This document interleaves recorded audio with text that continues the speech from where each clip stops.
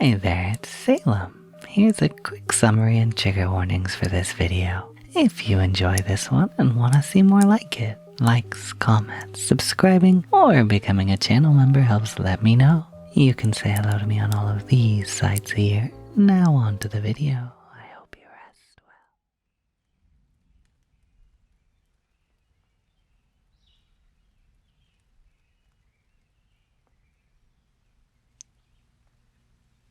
The smell of ozone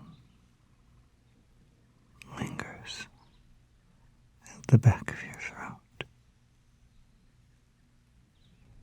You recognize the smell of the beginning of a summer storm. You hear the rumble of distant thunder crashing so far away that you feel the rumble more than you can hear it. The lightning flashes in that way,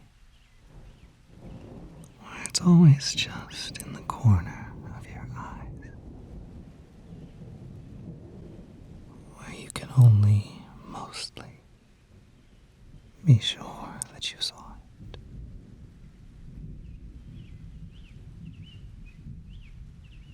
The rain here is still light. It hasn't yet pushed the thick scent of petrichor back into the dirt, back into the fields, some steps back.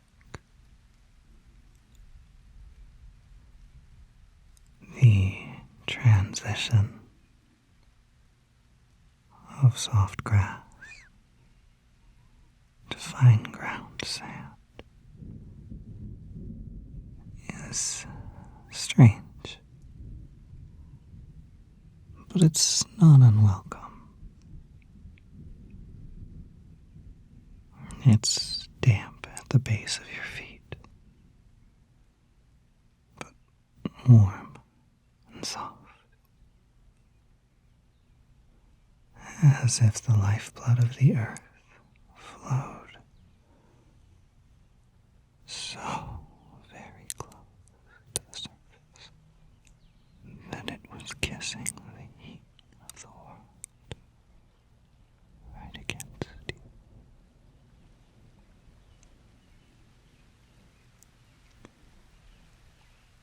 Rain patters and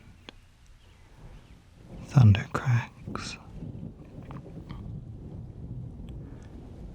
and through the damp hills that give you this privacy at the edge of a lake that sprawls out in front of you. A mirrored surface that seems to invite the novelty of ripples the rain introduces. At the edges of it, lightning bugs and fireflies, they begin to wake along with their brethren amongst the skies. Constellations you've never seen, with stories you've never heard.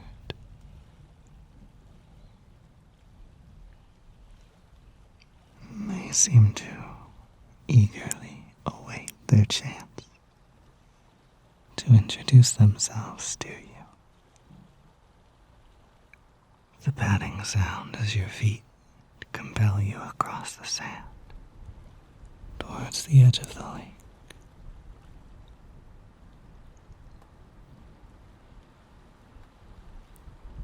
It feels important.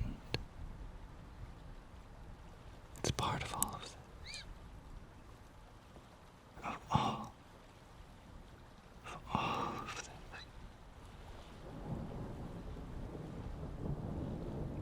of the green hills, of the glassy water.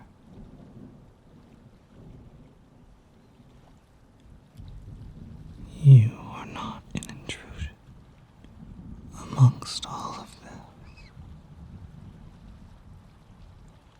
You are not an intrusion.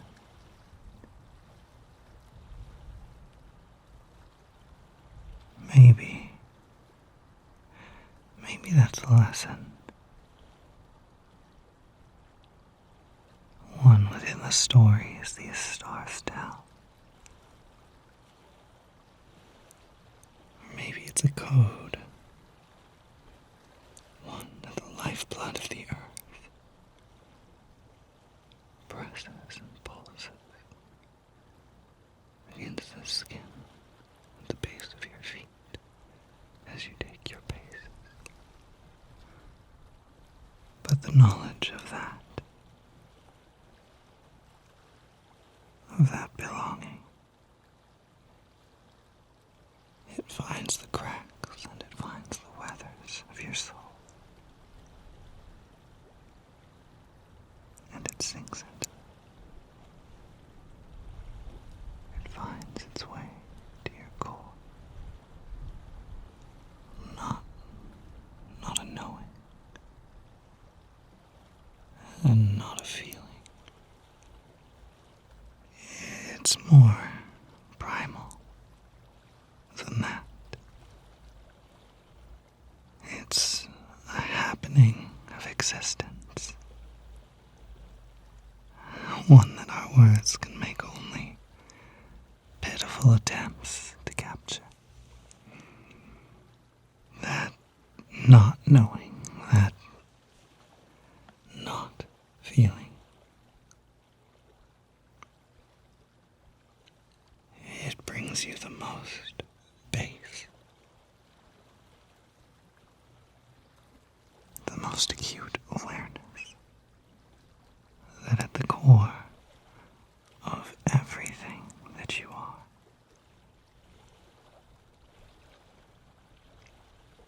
that you belong as part of all of this.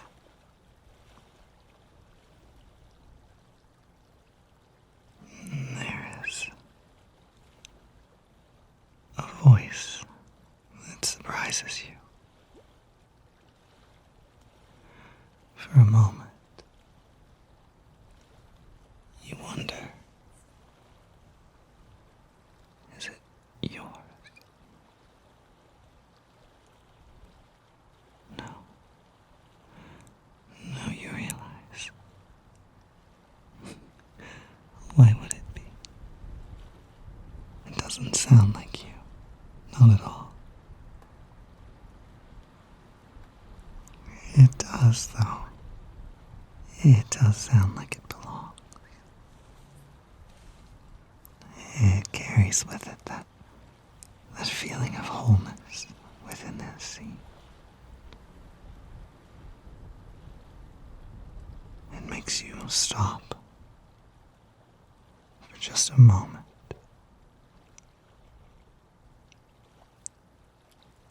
And it makes you realize that you aren't sure where you end and where the world begins.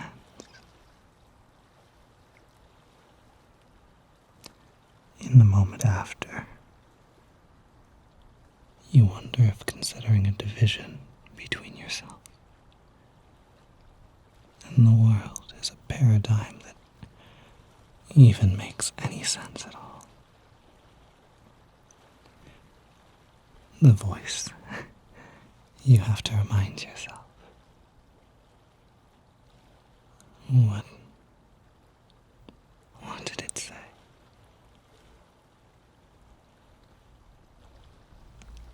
Over here. Take your time.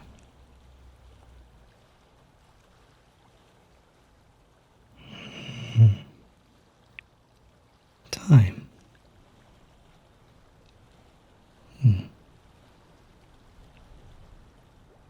Time must be passing for rain to fall, for the wings of little lightning bugs to wish through the air. But the idea doesn't resonate with that same primal truth. It doesn't feel like a lie either, though. It's difficult to speak about action without time. So you decide to buy into the concept for now. Through, who knows, but useful at the very least.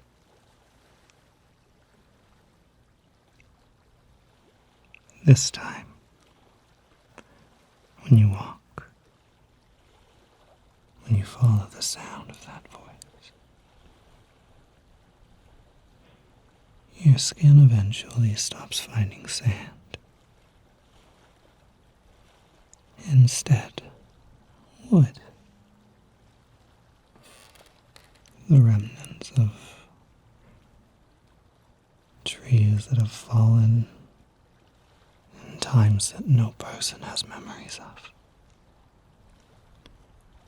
The wood of trees that still grieves for and swells with water. It squeaks when you walk, but it only does so to remind you, to tell you it is there, that it will not let you fall. Though, a second look to the water's edge does make you realize the invitation the water seems to put out for you. It wouldn't let you sink, the voice tells you. You wonder if he somehow managed to hear these thoughts of yours before you realize. You feel the calm resonating from him, from those words, with the calm that settles into your own bones, resonating with the calm like a note coming into harmony with its brethren. There's unspoken understanding. You understand this resonance as you begin to think about worry. Worry, you think, might stick out in a place like this. Dissonant to it. The water, I mean. It is indeed hard to worry here, but in case you've managed it, the lake, the water, it'll offer you all you need to sate the greater comforts of a deep drink.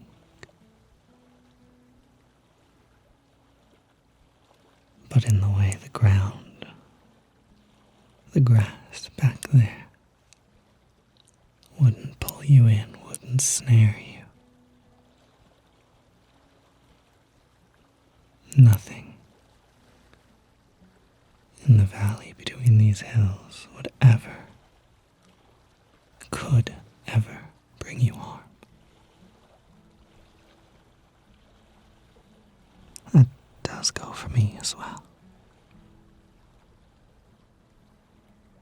Their words. His, you suppose, but this feels like a place beyond that. Regardless, the words are slow, they're steady. They feel more like the verse of a story being told than a conversation. Please, sit or stand as you please.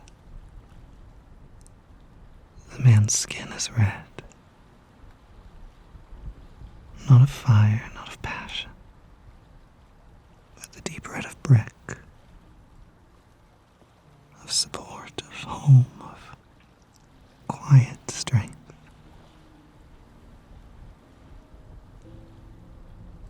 The points of his horns are flecked with white, cast directly up into the sky. The water splashes gently,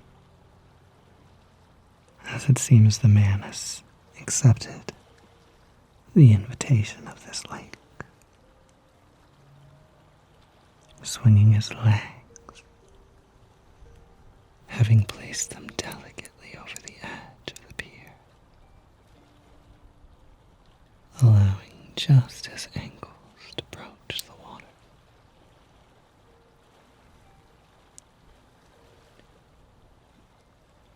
He's dressed simply.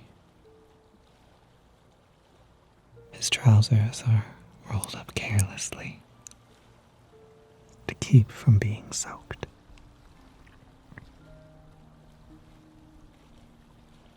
Notes. You felt yourself resonating with them, with him, with his place. You wonder if the music that floats from this instrument, the one delicately placed in his hands, spurred that feeling of harmony. His music isn't perfect, but it's not imperfect. Not in a way that leaves notes sour on your tongue. Not in a way that makes you feel acrid or out of tune. You imagine the tick, tick, tick, tick, tick, tick of a metronome. Might just reveal a wavering beat in the man's tune. In this moment, though, the imperfections in his playing, they make the song feel alive. They make it comfortable. The sound feels like walking into a home and smelling stew and hearing laughter and knowing it is a place that you belong. His music is worn in the way an old, comfortable blanket is. One that seems to know just how to sink over you. I have stories for you, should you be wanting for them.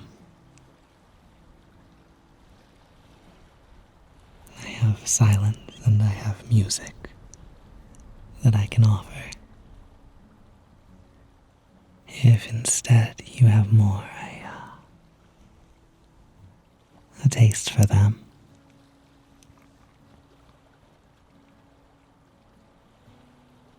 You wonder which you might like most. There is curiosity as to whether this man is able to unwind the threads of stories wrapped up in the stars above.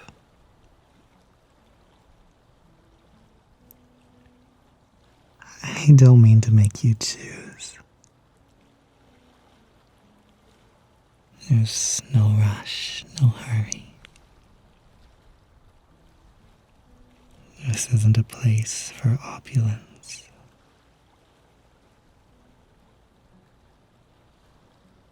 Nor will you find decadence growing from this art.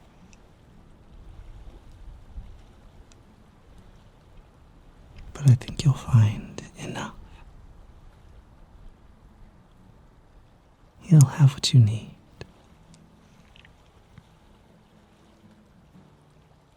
A bit of quiet. A tune or a story to rest tears from our eyes. Our needs are different.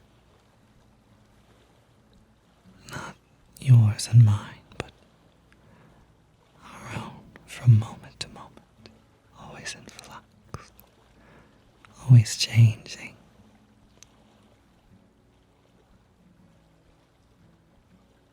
You tell me what you hope for, when you hope for it, and I'll do my best.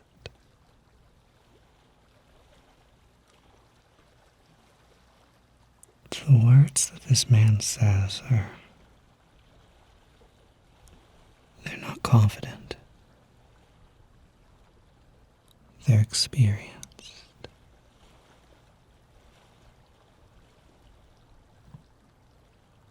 They're not sure or unsure. That's not the scale that they exist on. They're knowing. And in that knowing, you feel resonance again. A want. A desperation to have this place. Not to own it. Not for it to be yours. But to know it with the intimacy that this man seems to.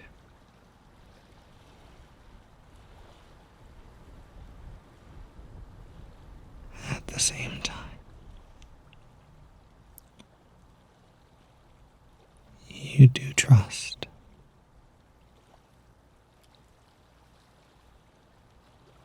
You trust that this experience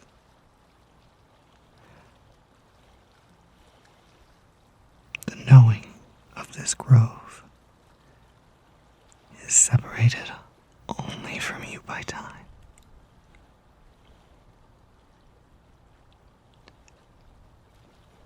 At first, you feel that reassurance from him.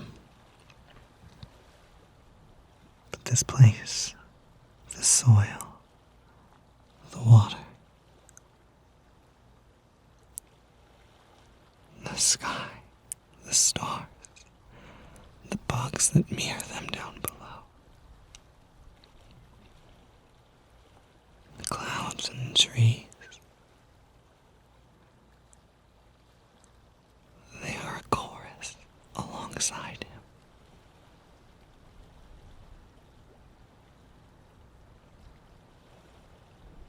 You fall into comfortable harmony, shoulder to shoulder.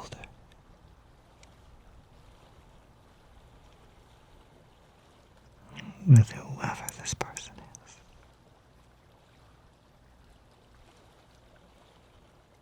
It doesn't matter in this moment.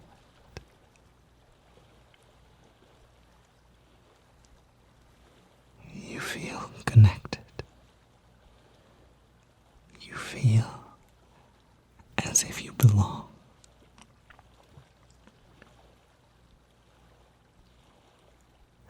you sit, and the stars unfurl their stories for you. A patient unwinding as the man does the same, regaling tales of happiness, of sadness, of desperation, and of conclusion. All in his words. You feel him offering equal respects for the difficulties, for the challenges of this world. Just as he does all of the pleasantries, all of the wondrous parts of this existence.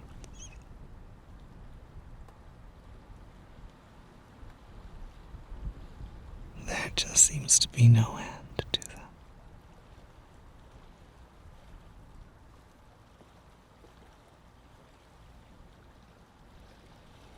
You understand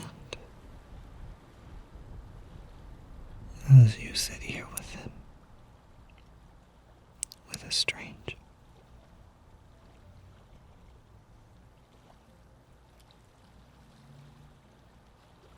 You may choose to leave when you're ready. You know this. Not because you were told. There are so many things about this place that you know. That words could not tell if they tried.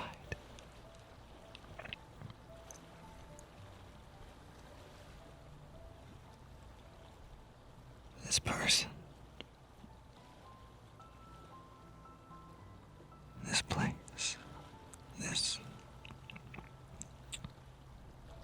this way of existing,